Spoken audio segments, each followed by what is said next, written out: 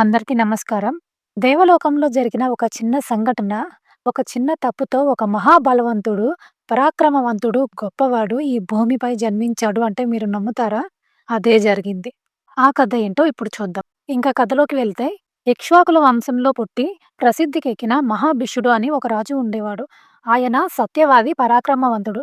ఆ రాజు 1000 అశ్వమేధ యాగాలను, 100 రాజసూయ యాగాలను చేసి దేవేంద్రుని తృప్తిపరిచాడు. ఆ తర్వాత స్వర్గాన్ని పొందాడు.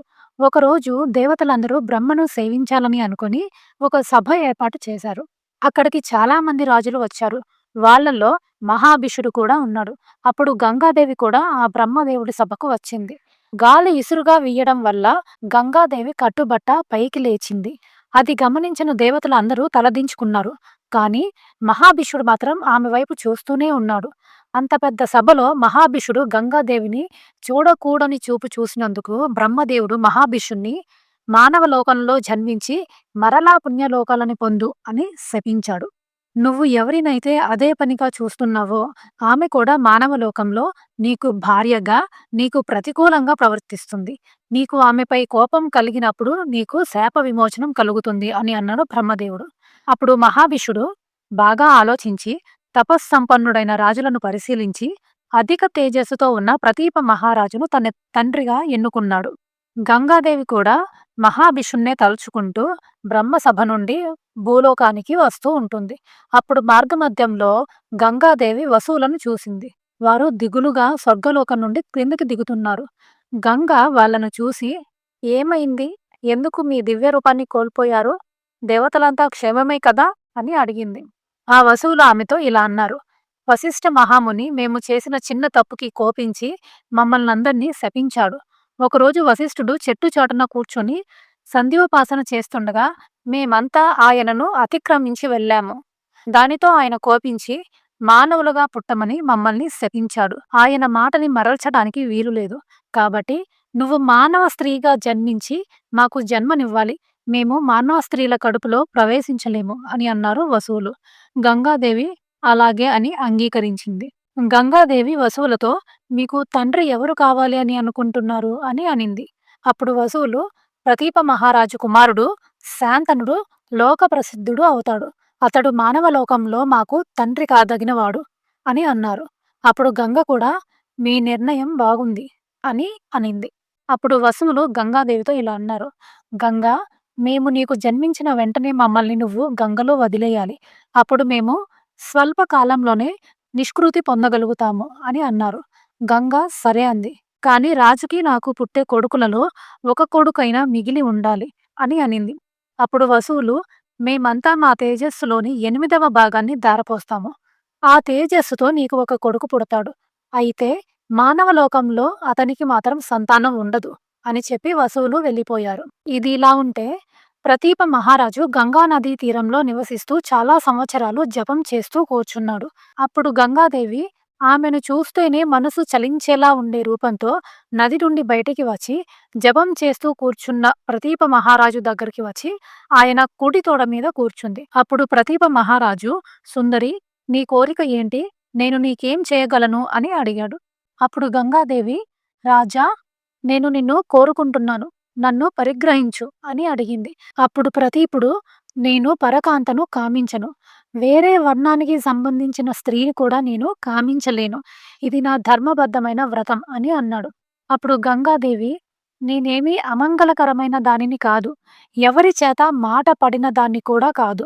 నువ్వు కోరుకునే దివ్య సుందరమైన అమ్మాయిని అని అనింది. అప్పుడు ప్రతీపుడు, నువ్వు ఏ కోరికతో అయితే నన్ను ఒత్తిడి చేస్తున్నావో ఆ కోరికను నువ్వే వ్యర్థం చేసుకున్నావు.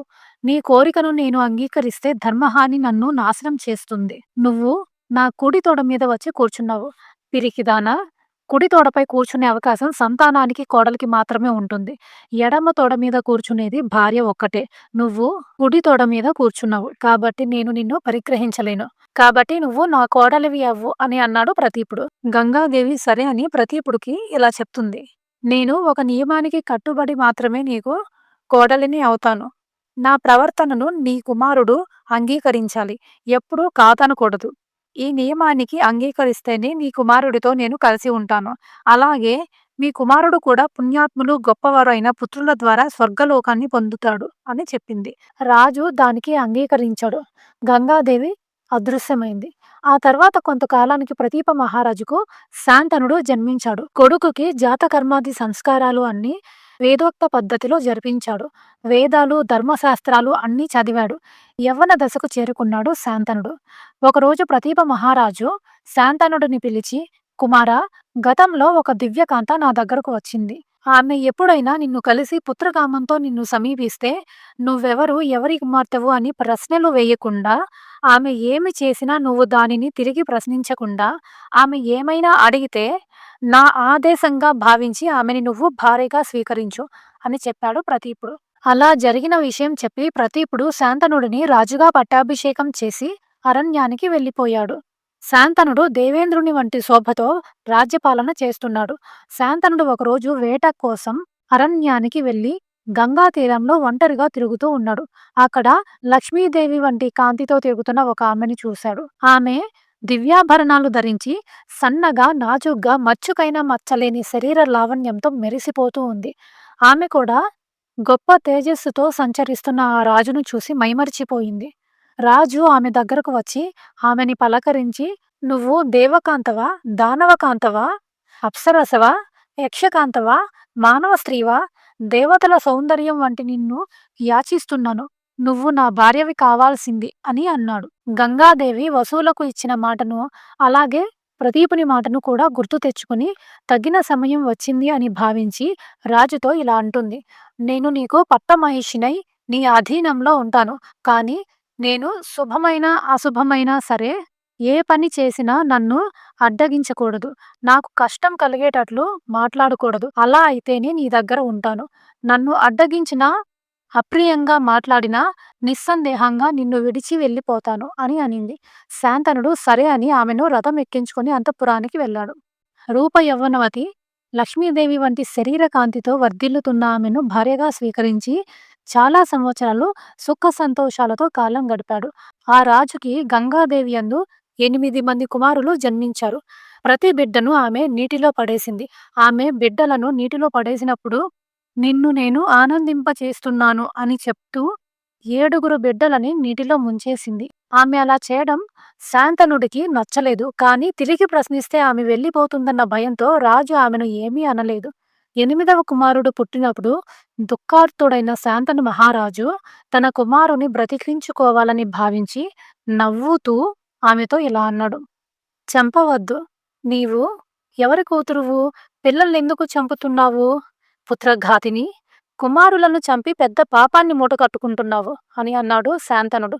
అప్పుడు గంగాదేవి, నేను ఈ కొడుకును చంపను. కానీ నేను ముందు చెప్పిన నియమం ప్రకారం నేను ఇక్కడ నివసించే సమయం అయిపోయింది. నేను జహ్ను మహర్షి కూతుర్ని. నా పేరు గంగ. మహర్షులు నన్ను సేవిస్తూ ఉంటారు. దేవతల కార్యం కోసం నేను నీతో జీవించాను. ఈ 8 మంది పుత్రులు వసువులు. వశిష్ఠుని శాపం వల్ల మానవ రూపాలు ధరించి నీకు కుమారులుగా జన్మించారు. వారికి తండ్రి కాగల అర్హత నీకు మాత్రమే ఉంది. వారిని గర్భంలో ధరించగలిగిన మానవకాంత ఈ భూలోకంలో ఎవరూ లేరు. కాబట్టి వారికి నేను తల్లి కావడానికి మానవ శరీరాన్ని పొందాను. వసువులు ఒక నియమం పెట్టారు. దానికి నేను అంగీకరించాను. పుట్టిన వాడిని పుట్టినట్లు మానవ జన్మ నుంచి విముక్తి కలిగించాలని వాళ్ళ నియమం. కాబట్టి వాళ్ళు వశిష్ఠుని శాపం నుండి విముక్తులయ్యారు. కానీ రాజు కొడుకు ఒక్కడైనా మిగలాలి అని నేను వసువులను ప్రార్థించాను. ఈ బాలుడు నా కుమారుడు. అందుకే ఈ బాలుడికి గంగాదత్తుడు అని పేరు పెట్టు అని చెప్పింది గంగ. అప్పుడు శాంతనుడు ఇలా అన్నాడు, వశిష్ఠుడు ఎవరు? వశిష్ఠుని శాపం వల్ల మానవులుగా జన్మించాల్సినంత తప్పు ఈ వసువులు ఏం చేశారు? నువ్వు నాకిచ్చిన ఈ కుమారుడు చేసిన తప్పేంటి అని అడిగాడు శాంతనుడు. అప్పుడు గంగాదేవి ఆ వృత్తాంతమంతా చెప్తుంది. పూర్వం వరుణుడు తన కుమారునిగా స్వీకరించిన వాడే వశిష్ఠ మహర్షి. ఆయనని ఆపవుడు అని కూడా అంటారు.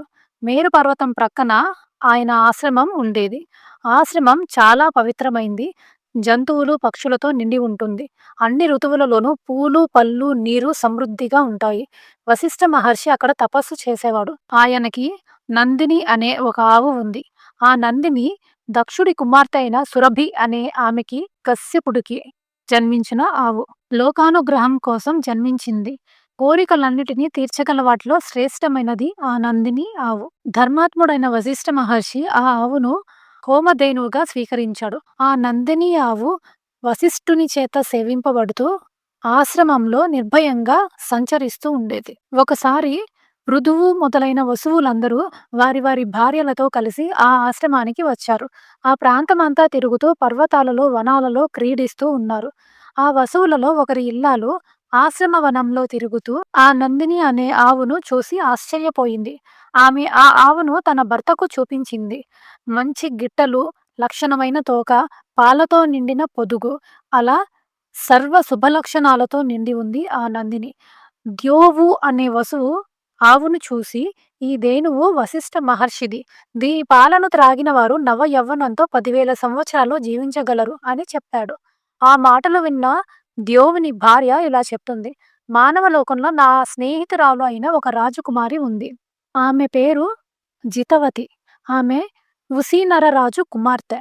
యువతి, అందమైన అమ్మాయి. ఆ ధేనువును దూడతో పాటు కలిపి తీసుకెళ్ళి నా స్నేహితురాలికి బహుకరించాలి అనేది నా కోరిక. తానొక్కతే మానవలోకంలో జరారోగాలు లేని వ్యక్తి అవుతుంది. దయచేసి నా ఈ కోరిక తీర్చండి అని అడిగింది. ఆమె కోరికను విన్న ఆ వసువు తన భార్య కోసం పృథ్వీ మొదలైన తన సోదరులతో కలిసి ఆవును అపహరించాడు. ఆ వసువు ఆవును దొంగలిస్తున్నాడే కాని వశిష్ఠ మహర్షి కోపానికి లోనవుతాడేమో అని ఆలోచించలేదు. పళ్ళు, పూలుని సేకరించుకొని ఆశ్రమానికి వచ్చిన వశిష్ఠ మహర్షికి ఆశ్రమంలో ఆవు, దూడ కనిపించలేదు. వనం అంతా వెతికాడు, కానీ ఎక్కడా నందిని కనిపించలేదు. చివరికి దివ్య దృష్టితో చూశాడు. వసువులు ఆవును దొంగలించారు అని తెలుసుకొని కోపంతో వారిని శపించాడు. నా నందినిని అపహరించిన వారంతా మానవులుగా జన్మిస్తారు. దీనికి తిరుగులేదు అని శపించాడు. మొత్తం 8 మంది వసువులను శపించాడు. మళ్ళీ తపస్సు చేసుకుంటూ కూర్చున్నాడు. వశిష్ఠుడు శపించిన విషయం తెలిసి వసువులు మళ్ళీ మహర్షి ఆశ్రమానికి వచ్చారు. వసువులు అందరూ కలిసి మహర్షిని ప్రాధేయపడ్డారు. అప్పుడు వశిష్ఠుడు, ధరుడు మొదలైన మీరందరినీ శపించాను. కానీ సంవత్సరంలోపే మీకు శాప విముక్తి లభిస్తుంది. కానీ ఎవరి కారణంగా మీరంతా నా చేత శపింపబడ్డారో ఆ ద్యువు మాత్రం దీర్ఘకాలం మానవలోకంలోనే నివసించవలసి ఉంటుంది. ఇది ఆయన కర్మఫలం. గొప్ప మనసు గల ఈ ద్యోవు సంతానాన్ని మాత్రం పొందడు. సర్వశాస్త్ర పారంగదుడై, ధర్మస్వరూపుడై, తండ్రికి ప్రియాన్ని, హితాన్ని కలిగిస్తూ స్త్రీ భోగాలను వదిలి జీవిస్తాడు అని చెప్పాడు వశిష్ఠ మహర్షి. అప్పుడు వసువులు అందరూ కలిసి నా దగ్గరికి వచ్చి నన్ను అభ్యర్థించారు. నేను సరే అని వారిని జీవన్ముక్తుల్ని చేశాను.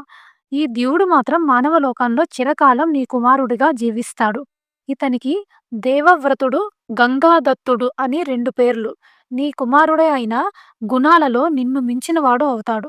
ఈ కుమారుడు పెద్దవాడైన తర్వాత మళ్ళీ నీ దగ్గరికి వస్తాడు. నువ్వు పిలిచినప్పుడు నేను నీ దగ్గరకు వస్తాను అని చెప్పి గంగాదేవి కొడుకును తీసుకుని అదృశ్యమైంది.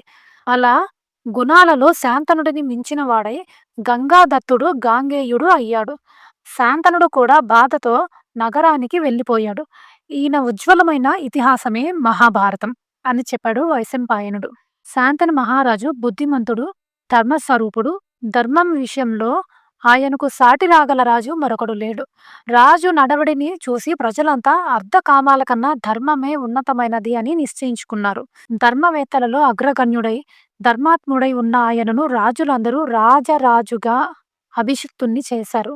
రాజులంతా శాంతనుని తమ రాజుగా, రక్షకుడిగా నియమించుకున్న తర్వాత ఎవ్వరిలోనూ బాధ, భయం, సంతాపం కానీ లేకుండా అందరూ సుఖ సంతోషాలతో వర్ధిల్లుతూ ఉన్నారు. శాంతనుడు దేవయజ్ఞ, ఋషియజ్ఞ, పితృయజ్ఞాల కొరకే కర్మలను ఆరంభించేవాడు. అధర్మ మార్గంలో ఏ ప్రాణిని సంహరించేవాడు కాదు. దుఃఖించే వారికి, దిక్కులేని వారికి, పశుపక్షి జాతులలో పుట్టిన వారికి, సమస్త భూతకోటికి కూడా ఆ రాజే తండ్రి వంటివాడు. కురు రాజులలో శ్రేష్ఠుడు. రాజరాజు అయిన శాంతనుని ఏలుబడిలో మాట సత్యాన్ని, మనస్సు, దాన ధర్మాలను ఆశ్రయించి ఉన్నాయి. ఆ శాంతనుడు 36 సంవత్సరాల వయసు వరకు స్త్రీలపై ఆసక్తిని పొందక వనాల్లో సంచరిస్తూ ఉండేవాడు. మరొక వైపు దేవవ్రతుడు పెరిగి పెద్దవాడై అస్త్రశస్త్ర విద్యలలో నైపుణ్యం సంపాదించాడు. శాంతనుడు ఒకరోజు అరణ్యానికి వెళ్ళి ఒక క్రూర మృగాన్ని బాణంతో చంపి గంగ ఒడ్డుకు తీసుకువచ్చాడు. గంగలో కొంచెమే నీరు ఉండడాన్ని గమనించి ఈ నది ఎప్పటిలాగా ఎందుకు ప్రవహించడం లేదు అని అక్కడ అంతా చూస్తూ ఉన్నాడు. అప్పుడు విశాల శరీరుడై, రూప సంపన్నుడై, అందంతో అలరారే ఒక యువకుడిని చూశాడు. ఆ యువకుడు దివ్యాస్త్రాలను అభ్యసిస్తున్న దేవేంద్రుడిలా కనిపించాడు. ఆ యువకుడు తన బాణాలతో గంగా ప్రవాహాన్ని అడ్డగించాడు. అతని అస్త్రవిద్యకి శాంతనుడు ఆశ్చర్యపోయి అలా చూస్తూ ఉండిపోయాడు. ఇంతలో ఆ యువకుడు మాయమయ్యాడు. ఆ అద్భుత సంఘటన చూసి మహారాజుకు ఏదో అనుమానం కలిగింది. వెంటనే కుమారుడిని చూపించమని గంగని ప్రార్థించాడు. అప్పుడు గంగ మానవ రూపాన్ని ధరించి తన కొడుకును కుడి చేతితో పట్టుకుని వచ్చింది. శాంతనుడు గంగని కూడా గుర్తుపట్టలేకపోయాడు. అన్ని సంవత్సరాల తర్వాత చూస్తున్నందుకో ఏమో మరి. అప్పుడు గంగ ఇలా అంది: మహారాజా, నువ్వు గతంలో నా నుండి పొందిన 8వ బిడ్డ ఇతడే, గాంగేయుడు. నేను పెంచిన ఈ బిడ్డను స్వీకరించి నువ్వు ఇంటికి తీసుకువెళ్ళు. ఈ బాలుడు పరాక్రమవంతుడు, నేటి విలుకాడు. వశిష్ఠుని దగ్గర వేదాలను అభ్యసించాడు, అస్త్ర విద్యలను నేర్చుకున్నాడు. యుద్ధంలో దేవేంద్ర సమానుడు. ఇతనికి శుక్రుడికి తెలిసిన నీతి శాస్త్రం, బృహస్పతికి తెలిసిన శాస్త్రం, పరశురాముడు దగ్గర నేర్చుకున్న అస్త్ర విద్య తెలుసు. ఈ బాలుడిని ఇక నువ్వు నీతో ఇంటికి తీసుకువెళ్ళు అని చెప్పి గంగ అదృశ్యమయ్యింది. శాంతనుడు సంతోషించి తన కుమారుడిని ఇంటికి తీసుకువెళ్ళాడు. ఆ తర్వాత తన కుమారుడిని రాజ్యపాలనలో సహకారానికై యువరాజును చేశాడు. దేవవ్రతుడు కీర్తిమంతుడై తన నడవడితో ప్రజలను, తన తండ్రిని, రాజ్యాన్ని కూడా రంజింపచేశాడు. కొడుకుతో కలిసి 4 సంవత్సరాలు ఆనందంగా గడిపాడు. ఒకరోజు శాంతనుడు యమునా తీరంలో ఉన్న వనానికి వెళ్ళాడు. అప్పుడు చెప్పటానికి వీలు కాని ఒక మంచి సువాసనని అనుభవించాడు. అది ఎక్కడి నుండి వస్తుందో తెలియక ఆ ప్రాంతమంతా తిరుగుతూ ఉన్నాడు. అప్పుడు దేవకాంతలా ఉన్న ఒక బెస్త కన్యని చూశాడు. ఆమె దేవకాంత వలె ఉంది. ఆమెని చూసిన శాంతనుడు, "నువ్వెవరు? ఎవరి కూతురు? ఏం చేస్తున్నావు?" అని అడిగాడు. అప్పుడు ఆమె, "నేను బెస్త కన్యను. మహాత్ముడు దాసరాజు నా తండ్రి. నా తండ్రి ఆదేశం ప్రకారం నేను నావ నడుపుకుంటూ ఉంటాను" అని చెప్పింది. అందం, మాధుర్యం, పరిమళం కలిగి దేవకాంతలాగా కనిపిస్తున్న ఆమెను చూసి శాంతనుడు మోహించాడు. శాంతనుడు దాసరాజు దగ్గరికి వెళ్ళి, "నేను నీ కూతురుని వివాహం చేసుకోవాలి అని అనుకుంటున్నాను" అని అన్నాడు. అప్పుడు దాసరాజు, "రాజా, ఈ అందమైన కూతురు పుట్టినప్పుడే తగిన వరునికి ఇవ్వాలి అని నేను సంకల్పించాను. నువ్వు నా కూతురిని వివాహం చేసుకోవాలంటే నాకొక నియమం ఉంది. దానికి నువ్వు ఒప్పుకుంటేనే నేను నా కూతురిని నీకిస్తాను" అని అన్నాడు. అప్పుడు శాంతనుడు, "నీ కోరిక విన్న తర్వాత అది ఇవ్వదగినదైతే ఖచ్చితంగా ఇస్తాను. లేనిదైతే ఎలా అయినా సరే ఇవ్వను" అని అన్నాడు. బహుశా ఈ విషయం మనం కూడా నేర్చుకోవాలి. ఎవరైనా వచ్చి ఏదైనా అడిగితే ఇస్తాను అని చెప్పి, మాట ఇచ్చాను కదా అని ఖచ్చితంగా ఇవ్వాలి, చెయ్యాలి అని కాకుండా, ఇవ్వగలిగితేనే ఇస్తాను, లేదంటే లేదు అని ముందే చెప్పడం చాలా మంచిది. సరే, శాంతనుడు ఆ మాట అన్న తర్వాత దాసరాజు శాంతనుడితో, "మహారాజా, నా కూతురికి పుట్టిన కొడుకే నీ తర్వాత రాజు అవ్వాలి. వేరొకరు పట్టాభిషిక్తులు అవ్వకూడదు" అని అన్నాడు. అప్పుడు శాంతనుడు ఆమెను వివాహం చేసుకోవాలని అంత కోరికతో ఉన్నా సరే, ఆ వరాన్ని ఇవ్వడానికి ఇష్టపడలేదు. అక్కడి నుండి తిరిగి హస్తినాపురానికి వెళ్ళిపోయాడు. అంతఃపురానికి వెళ్ళినప్పటి నుండి సత్యవతి గురించి ఆలోచిస్తూ ఉన్నాడు. ఒకరోజు శాంతనుడు ధ్యానముద్రతో ఏదో ఆలోచిస్తూ ఉన్నాడు. అప్పుడు దేవవ్రతుడు తండ్రి దగ్గరికి వచ్చి ఇలా అన్నాడు: "ఎప్పుడు చూసినా చాలా ఆవేదనతో కనిపిస్తున్నారు. కారణమేంటి? మౌనంగా ఉంటున్నారు. ఏదో ఆలోచిస్తున్నారు. నాతో కూడా మాట్లాడడం లేదు" అని అన్నాడు. అప్పుడు శాంతనుడు ఇలా అన్నాడు: "కుమారా, ఈ లోకాలన్నీ అనిత్యాలు. నీకు ఏదైనా విపత్తు కలిగితే ఇక మన వంశమే నిలవదు. నువ్వు ఒక్కడివే 100 మంది కొడుకుల కన్నా శ్రేష్టం. అందులో సందేహం లేదు. నాకు వ్యర్థంగా మళ్ళీ వివాహం చేసుకోవాలన్న కోరిక లేదు. కానీ వంశాభివృద్ధికి లోటు రాకూడదు. అందుకే వివాహం చేసుకోవాలి అని అనుకుంటున్నాను. ఒకే కన్ను, ఒకే కొడుకు ఉన్నా లేనట్లే. కన్ను పోతే శరీరం పోతుంది. కొడుకు పోతే వంశమే నశిస్తుంది. ఒక్కడే కొడుకు ఉంటే కొడుకులు లేనట్లే అని ధర్మవేత్తలు చెప్తున్నారు. సంతానం, కర్మ, విద్య ఇవి 3 జ్యోతులు. వీటిలో సంతానం సర్వోత్తమమైనది అని వేద పురాణం చెప్తుంది. నువ్వెప్పుడు అస్త్రశస్త్రాల అభ్యాసంలోనే కాలం గడుపుతున్నావు. కాబట్టి నీకు యుద్ధంలో తప్ప మరో రకంగా నీ మరణం జరగదు. నీకు ప్రమాదం జరిగితే తర్వాత వంశం ఏమవుతుందో అన్నదే నా బాధ" అని చెప్పాడు శాంతనుడు. అప్పుడు దేవవ్రతుడు మంత్రి దగ్గరికి వెళ్ళి తండ్రి బాధకి కారణం అడిగాడు. అప్పుడు మంత్రి, "శాంతనుడు ఎవరో కన్యను వివాహం చేసుకోవాలి అని అనుకున్నాడు" అని చెప్పాడు. అప్పుడు మళ్ళీ దేవవ్రతుడు తండ్రి సారథిని పిలిచాడు. "నువ్వు రథసారథివి కాబట్టి నా తండ్రికి మిత్రుడవు. ఆయన మనసులో ఏముందో నీకు ఖచ్చితంగా చెప్పే ఉంటారు. అది ఏంటో చెప్తే నేను ఆయనకి కావాల్సింది చేస్తాను" అని అన్నాడు. అప్పుడు రథసారథి జరిగిన విషయమంతా చెప్పాడు. దాసరాజు ఆమెకి పుట్టిన కొడుకే తర్వాత రాజు అవ్వాలి అని అడిగాడు. దానికి మీ తండ్రి అంగీకరించలేదు అని ఉన్న విషయం చెప్పాడు రథసారథి. అప్పుడు దేవవ్రతుడు వృద్ధులైన క్షత్రియులను వెంటబెట్టుకొని దాసరాజు దగ్గరికి వెళ్ళాడు. దాసరాజు దేవవ్రతుడిని పూజించి స్వాగతించాడు. నా కూతురిని మీ తండ్రికి ఇవ్వడానికి మీ రాజ్యమే నాకు కట్నం. ఆమెకి కొడుకు పుడితే మీ తండ్రి తర్వాత ఆ కొడుకే రాజు అవ్వాలి. నా కూతురు ఒక గొప్ప రాజు వీర్యం వలన జన్మించిన అమ్మాయి. ఆయన కూడా మీ అంత గొప్పవాడే. నా కూతుర్ని వివాహం చేసుకోవడానికి శాంతనుడే తగినవాడు. ధనుర్విద్యలో నువ్వు గొప్పవాడివి, అందరినీ రక్షించగలవు. కానీ మీతో సంబంధం కుదుర్చుకుంటే బలవంతులతో శత్రుత్వం పెట్టుకున్నట్లే అవుతుంది. నువ్వు ఎవరితోనైనా శత్రుత్వం పెట్టుకుంటే వాడు బ్రతకలేడు. కన్యనివ్వడం, ఇవ్వకపోవడంలో ఇదొక్కటే దోషం. అర్థం చేసుకో అని అన్నాడు దాసరాజు. దాసరాజు అలా అనగానే దేవవ్రతుడు తండ్రి కోరిక తీర్చడానికి రాజులందరూ వింటుండగానే ఇలా చెప్పాడు. నా ఈ సత్య ప్రతిజ్ఞ విను. ఇటువంటి ప్రతిజ్ఞ చెప్పగలిగిన వాడు ఇంతకు ముందు పుట్టలేదు. ఇక ముందు పుట్టడు. నువ్వు కోరుకున్నట్లే నేను చేస్తాను. ఈమెకు పుట్టబోయే కొడుకే మాకు రాజవుతాడు. దేవవ్రతుడు అలా అన్న తర్వాత దాసరాజు ఇంకా ఏదో కావాలి అని భావించి మళ్ళీ ఇలా అన్నాడు. నువ్వు శాంతను మహారాజు కోసం ఇక్కడికి వచ్చావు. నా కూతురు మీద నీకు పూర్తిగా అధికారం ఉంది. ఏమడిగినా నువ్వు ఇవ్వగలవు, చేయగలవు. ఆడపిల్ల తరపు వాళ్ళం కాబట్టి ఇలా చెప్తున్నాను. సత్యవతి కోసం రాజుల సమక్షంలో నువ్వు చేసిన ప్రతిజ్ఞ చాలా మంచిది. దానికి తిరుగులేదు. కానీ మీకు పుట్టబోయే కొడుకుల విషయంలోనే ఒక సందేహం ఉంది అని అన్నాడు దాసరాజు. దేవవ్రతుడు దాసరాజు అభిప్రాయాన్ని గ్రహించి తండ్రి కోసం ఇంకొక ప్రతిజ్ఞ చేశాడు. దాసరాజా, ఋషులు, దేవతలు, అదృశ్యంగా ఉన్న ప్రాణులు అందరూ వినండి. నేను సత్యం చెప్తున్నాను. తండ్రి కోసం ఈ రాజులందరి సమక్షంలో చెప్తున్నాను. నేను ఇంతకు ముందే రాజ్యాన్ని పరిత్యజించాను. ఇప్పటి నుండి నేను బ్రహ్మచర్యాన్ని స్వీకరిస్తున్నాను. పుత్రులు లేకపోయినా నాకు స్వర్గంలో అక్షయ పుణ్యలోకాలు లభిస్తాయి. నేను పుట్టినప్పటి నుండి ఎప్పుడూ అసత్యం చెప్పలేదు. నా దేహంలో ప్రాణం ఉన్నంత వరకు నేను సంతానాన్ని పొందను.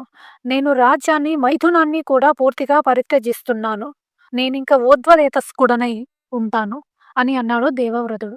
దేవవ్రతుడు చెప్పిన ఈ మాటలకి దాసరాజు శరీరం పులకించి కూతురిని ఇస్తాను అని చెప్పాడు. అప్పుడు ఆకాశం నుండి దేవతలు, ఋషిగణాలు పూలవాన కురిపించారు. ఇతడు భీష్ముడు అని ప్రకటించారు. ఆ తర్వాత భీష్ముడు, అమ్మా రథం ఎక్కు, మనం ఇంటికి పోదాం అని సత్యవతిని రథమెక్కించి హస్తినాపురానికి వచ్చి శాంతనుడికి అప్పగించాడు. భీష్ముని ఆ దుష్కర్మను చూసి రాజులందరూ అతనిని ప్రశంసించారు. ఇతడు భీష్ముడు అని అన్నారు. శాంతనుడు భీష్ముడు చేసిన ఆ దుష్కర్మ గురించి విని ఆనందించి ఆ మహానుభావునకు స్వచ్ఛంద మరణాన్ని వరంగా ఇచ్చాడు. అంటే నువ్వు జీవించాలి అని అనుకున్నంత కాలం మృత్యువు నిన్నేమీ చెయ్యలేదు. నీ అనుమతి పొందిన తర్వాతే మృత్యువు నీపై ప్రభావాన్ని చూపగలదు అని అన్నాడు. ఈ విధంగా దేవవ్రతుడు భీష్ముడు అయ్యాడు.